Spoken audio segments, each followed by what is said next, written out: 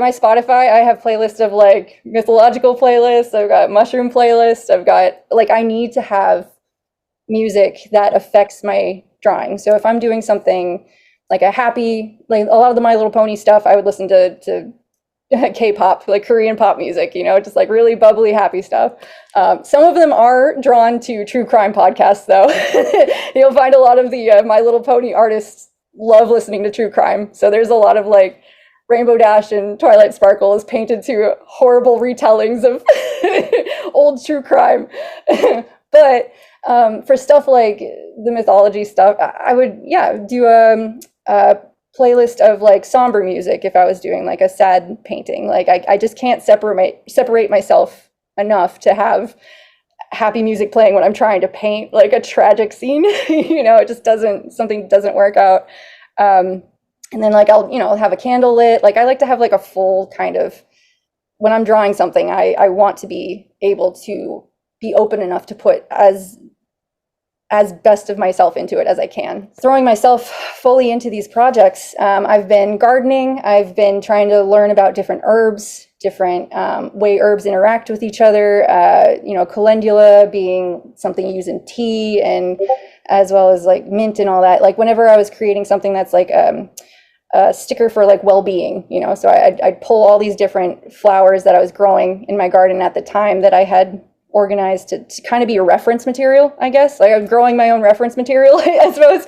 It was really neat to kind of have a full circle sort of thing of like, I planted this as a seed, it grew because I watered it and cared for it with the intention of this becoming reference for, you know, any of the Greenwich material that I was working on. So if it was like the Greenwich sticker book or the Greenwich journal or any of the other Greenwich's stuff, I would have known what that flower looked like as a bud, as a full flower, as a seed, and then in that cycle.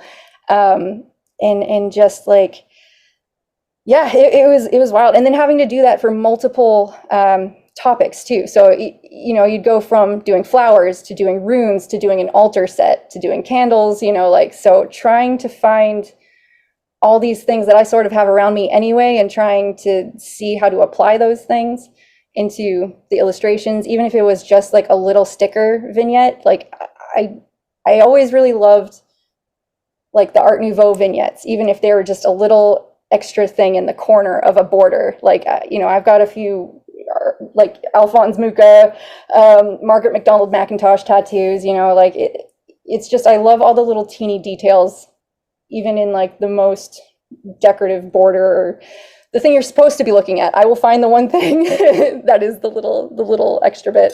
So I always kind of wanted to add as many details as I could. And if I could know enough about those details too, it wouldn't feel empty and vacuous, just like adding a thing for thing's sake, I guess. I did a character generator for D&D, for D&D monsters. So you remember those books that would have 3 flaps over and would have like the head, torso, and bottom of a character, and you could like create your own monsters. So I just illustrated one of those for Adams Media. That came out, I think, a few months ago, and that was a wild project to see fully realized because it was a nightmare putting together.